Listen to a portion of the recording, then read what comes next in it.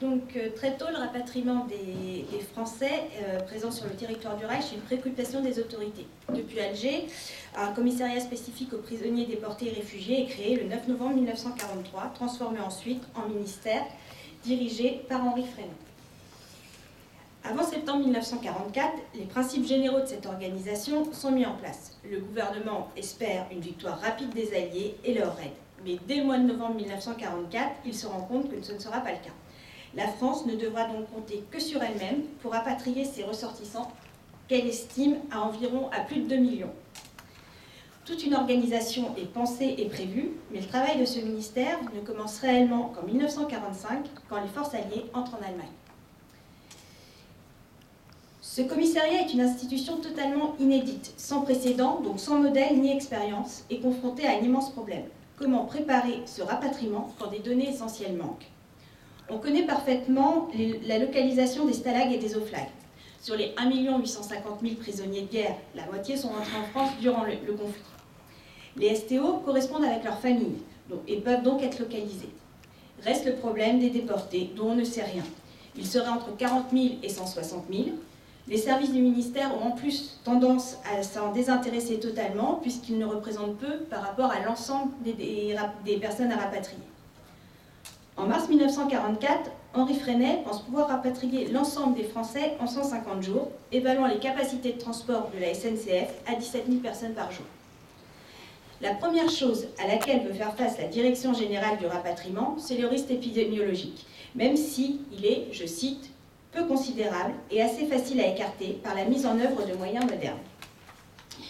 L'ensemble de la population est vaccinée contre la variole, presque toute contre la fièvre typhoïde, ce qui limite le risque de contagion. Le danger se limite essentiellement au typhus. Cette maladie ne peut être transmise que par l'époux, donc il suffit de les supprimer. Et pour ça, je continue à citer la note, il suffit d'une douche prolongée, de l'étuvage des vêtements et surtout de l'emploi d'une poudre de fabrication américaine appelée DDT qu'on insuffle dans le col, dans les manches et dans la ceinture du porteur. L'autre danger soulevé est celui de la tuberculose pulmonaire. On s'est répandu. C'est une maladie qu'on a besoin de dépister pour pouvoir la guérir. Et le moyen le plus rapide et le plus sûr consiste en une radiographie. Ce procédé peut être pratiqué sur une très large échelle au moyen d'appareils nouveaux qui réalisent sur un film de format cinématographique de petites radios qui peuvent être ultérieurement projetées sur un écran et examinées à loisir. Cet appareil permet de faire plusieurs radios à la minute. Fin de citation. Pour les maladies les moins graves, telles que les affections cutanées comme la gale, on considère qu'elles se soignent en quelques minutes. Cette note continue en précisant qu'il est nécessaire d'apporter à ces problèmes sanitaires les solutions pratiques qui tiennent compte à la fois du nombre considérable de rapatriés à examiner et qui s'inspirent du souci de ne pas retarder sensiblement leur rapatriement. C'est dans ce but que les formalités sanitaires du rapatriement ont été organisées comme un travail à la chaîne, au débit minuté, comme la fabrication d'un avion en série. Le service de santé prévoit de mettre en place tout le long de la frontière, comme un cordon sanitaire, comme on le voit sur la carte, des centres de rapatriement qui seront tous organisés sur le même modèle. Donc il y aura deux types de centres. Les centres principaux qui devront examiner chaque jour en 18 heures 3000 rapatriés, soit 180 par heure, et en accéléré 4500 en 21 heures, soit 215 par heure. Les centres secondaires devront pouvoir en 12 heures voir 1000 rapatriés, soit environ 90 par heure, et en régime accéléré 1524 heures, soit environ 110 par heure, et en régime maximum 2250 en 21 heures. Le ministère pense avoir affaire surtout à des hommes et des femmes fatigués, plus ou moins dociles après les épreuves qu'ils ont subies, mais aussi à des femmes et à des enfants, pour lesquels les opérations seront un peu plus complexes et prendront plus de temps. On prévoit d'ailleurs un centre spécialement pour eux. Les rapatriés seront accueillis dans une salle d'attente avec des chaises et un dortoir, des toilettes, un bar, la presse et les PTT à disposition. Dans cette salle seront constitués des groupes de 15 à 18 afin de procéder aux différentes étapes. Chacun recevra un carnet de rapatriement qui le suivra durant tout son parcours dans le centre. Donc sur le schéma, on voit les différentes étapes du bloc médical, mais je n'ai pas le temps de détailler ici. À la sortie du bloc formalité, le rapatrié devra être muni de sa carte de rapatrié, attestant de son statut, lui permettant par la suite la régularisation de sa situation et de sa fiche de transport, document devant lui servir à effectuer la totalité de son voyage de la frontière à sa destination finale. Le ministère pense ainsi, je cite, « avec des effectifs relativement faibles, assurer dans des conditions satisfaisantes les opérations sanitaires du rapatriement. Ces centres seront aussi le premier contact que le rapatrié aura avec la France, d'où l'importance de l'impression produite. On veut donc accueillir ces rapatriés, mais aussi leur créer toutes les facilités en vue d'un prompt et confortable retour au foyer. » Donc voilà, ça c'est la théorie, ce qu'a prévu le ministère. Maintenant, c'est pas du tout comme ça que les choses vont se passer, puisque Henri Freinet effectue une visite des centres frontaliers entre le 2 et le 8 mars 1945. Et la première remarque est qu'aucun centre n'est prêt. Au mieux, 10 peuvent assurer l'exécution des formalités essentielles de rapatriement pour 100 à 300 rapatriés par jour. Une note, datée du 17 mars 1945, précise qu'à partir de maintenant, les centres sont appelés à fonctionner régulièrement.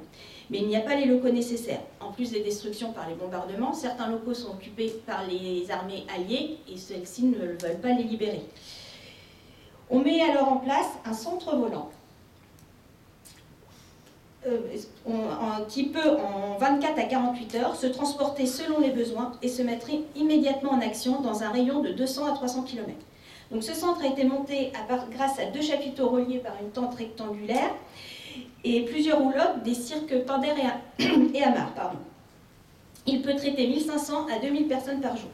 Alors sur ce schéma, on voit très bien en rouge le chemin que doit parcourir le rapatrié pour effectuer toutes les différentes étapes du rapatriement. Les voies de communication permettant d'acheminer les rapatriés vers les centres ne sont pas toutes praticables, ce qui fait que certains centres se trouvent débordés avec un afflux continu de trains qui arrivent jour et nuit, comme à Metz, où on doit solliciter l'aide de la population locale pour héberger les personnes, alors que certains centres sont vides. Henri Freinet avait demandé l'aide des Alliés et surtout de leur aviation. Cela lui avait été refusé, la priorité étant donnée au combat. Dans un premier temps, les Alliés veulent maintenir les prisonniers déportés sur place. Ces derniers sont donc soumis à l'autorité militaire du Chaef, du général Eisenhower et de l'armée rouge. Le Chaef veut qu'ils restent sur place et en aucun cas il n'est tenu compte des facteurs psychologiques ou sanitaires. Et ces displaced persons, comme les appellent les Alliés, sont à nouveau maintenus dans des camps sous la surveillance de soldats qui ignorent toute leur situation. Les Alliés veulent avant tout gagner la guerre et rien ne doit les éloigner de leur objectif, donc on s'occupera de ces personnes après la fin des hostilités. Cependant, à la mi-avril, face aux foules qui se mettent en route et peuvent donc gêner l'avancée des combats, les Alliés changent d'avis et avertissent Freinet qu'à partir de maintenant, ils vont rapatrier par avion les Français. Freinet demande s'il peut choisir les lieux d'atterrissage. La réponse est non. Tout le monde atterrira au Bourget. Rien n'avait vraiment été prévu sur Paris. Freinet réquisitionne alors en catastrophe le Veldiv, le Grand Cinéma Gaumont et l'hôtel Lutetia pour pouvoir accueillir ces 15 000 personnes qui atterrissent tous les jours au Bourget, dont environ 8 000 déportés. Des cars attendent à l'aéroport et conduisent les rapatriés vers les centres où ils subissent les formalités.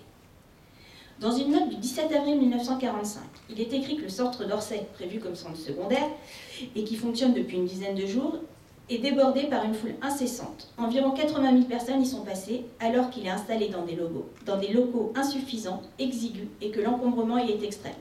Il est envahi par les puces. Les rapatriés doivent attendre très longtemps avant d'être examinés.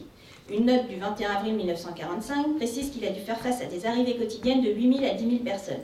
Les douches et radios obligatoires et systématiques n'ont pu être possibles, surtout qu'un seul appareil à radiographie est en état de marche. Les examens sérologiques ne peuvent être pas pratiqués, le matériel nécessaire n'étant pas arrivé. La conclusion de cette note est que l'installation du service sanitaire d'Orsay est des plus sommaires et nettement insuffisant au point de vue prophylaxie des maladies transmissibles, du dépistage de la tuberculose et des maladies vénériennes. Il n'est pratiqué que fort peu de vaccinations contre le typhus.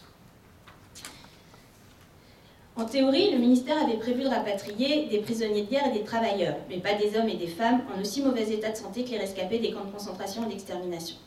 Dans une note du 27 juillet 1945, il est dit: si en effet l'état sanitaire des prisonniers et travailleurs est relativement satisfaisant, la plupart des déportés politiques, pour ne pas dire tous, sont dans un état de santé précaire.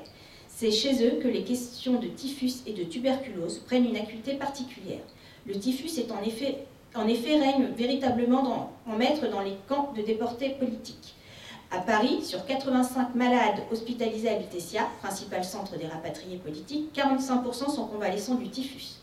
La tuberculose présente aussi une fréquence toute particulière à Lutetia. Les déportés sont systématiquement examinés en radioscopie. Enfin, dominant typhus et tuberculose, l'état de nutrition est l'apanage des déportés politiques. L'extrême fragilité de ces sujets rend particulièrement délicat leur rapatriement. Or là où nous aurions voulu intervenir directement pour nous occuper de nos ressortissants en Allemagne, nous n'avons généralement pu être autorisés par l'état-major allié.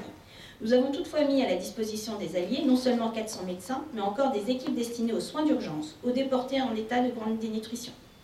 Nous avons également préparé des trains sanitaires sans obtenir que les Alliés les utilisent pour le rapatriement des déportés.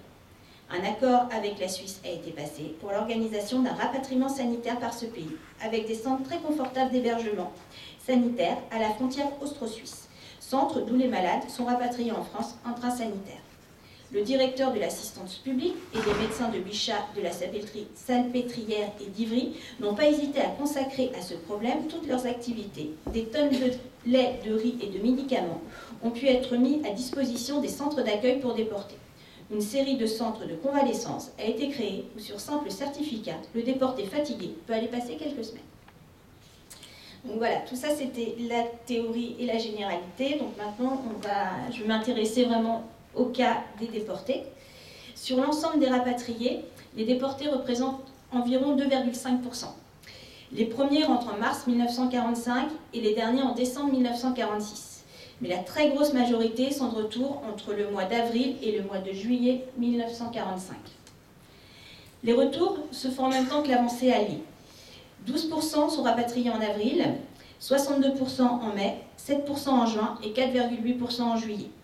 D'autres rentrent plus tard, voire beaucoup plus tard, pour différentes raisons. La plus courante est qu'ils sont dans l'incapacité d'être transportés. Leur état de santé ne le permet pas. D'autres encore restent pour aider à l'organisation sur place du rapatriement. Mais pour la majorité, le rapatriement a lieu assez rapidement. C'est ce que montre le graphique, puisque 43,4% rentrent dans le même mois que leur libération et 42% le mois suivant. Un peu plus d'un tiers des rescapés des camps arrivent directement à Paris. À leur arrivée au Bourget, ils sont directement conduits en car à l'hôtel Lutetia. Ce centre leur est réservé car très vite, on a vu qu'ils avaient d'autres besoins que les prisonniers de guerre et les STO. Des scouts sont là pour aider les plus faibles. À leur arrivée au Lutetia, les déportés subissent un contrôle de police portant sur leur état civil et les conditions de leur arrestation et les différents camps où ils ont été détenus pour éviter que des imposteurs ne se cachent parmi eux. Ils passent aussi une visite médicale rapide avec toise, pesée, et comme les autres rapatriés, ils sont classés en 3 catégories selon leur état général, bon, moyen ou mauvais. Près d'un quart est jugé dans un état bon, 61% moyen et 14% mauvais. Si l'on prend en compte le temps entre la libération et le rapatriement, ces données peuvent varier. Seulement 18% de ceux rapatriés dans le même mois que leur libération sont jugés bons, alors qu'on passe à plus de 26% pour ceux qui sont rapatriés dans le mois suivant leur libération, et même 32% pour ceux rapatriés 2 mois après. Cela s'explique par les soins et les hospitalisations sur place. Certains ne sont pas en état de voyager immédiatement et sont d'abord soignés dans des hôpitaux de campagne mis en place par les Alliés. Ces derniers attendent qu'ils reprennent des forces ou soient en état de voyager, suivant les cas, ce qui fait que lorsqu'ils subissent les formalités de rapatriement, ils sont dans un état bien meilleur que lorsqu'ils ont été libérés. Ceci est très flagrant pour les femmes libérées et rapatriées par la Suède, mais je ne m'étends pas sur le sujet puisque une intervention leur est consacrée. Pour le nombre de kilos perdus, même chose, il faut garder en mémoire que certains sont libérés depuis plusieurs semaines et donc ont été soignés et alimentés avant leur retour en France. Donc on voit, comme le montre le camembert, 26,4% ont perdu entre 0 et 9 kg, 47% entre 10 et 19 kg, 20,7% entre 20 et 29 kg, et 5,9% plus de 30 kg. Sur la fiche médicale du rapatrié figurent 4 cases, N pour normal, S pour suspect, I pour invalide et F pour fiévreux. Le médecin examinateur devait cocher la case correspondant à l'état de la personne qu'il examinait. Les fiévreux étaient envoyés d'office à l'hôpital. 84% sont jugés dans un état normal, 15% comme suspects, donc doivent être surveillés, 1% comme fiévreux. Là, il s'agit de ceux dont la maladie s'est déclarée durant le rapatriement. La responsable de l'hôtel Lutetia, Sabine Zlatin, se souvient dans un entretien diffusé sur France Culture en 1988 des nombreuses difficultés auxquelles elle a dû faire face.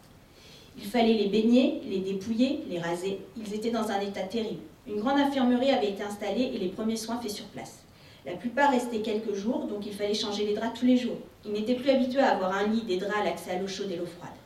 Elle poursuit ensuite en soulignant le rôle précieux qu'ont joué les assistantes sociales présentes.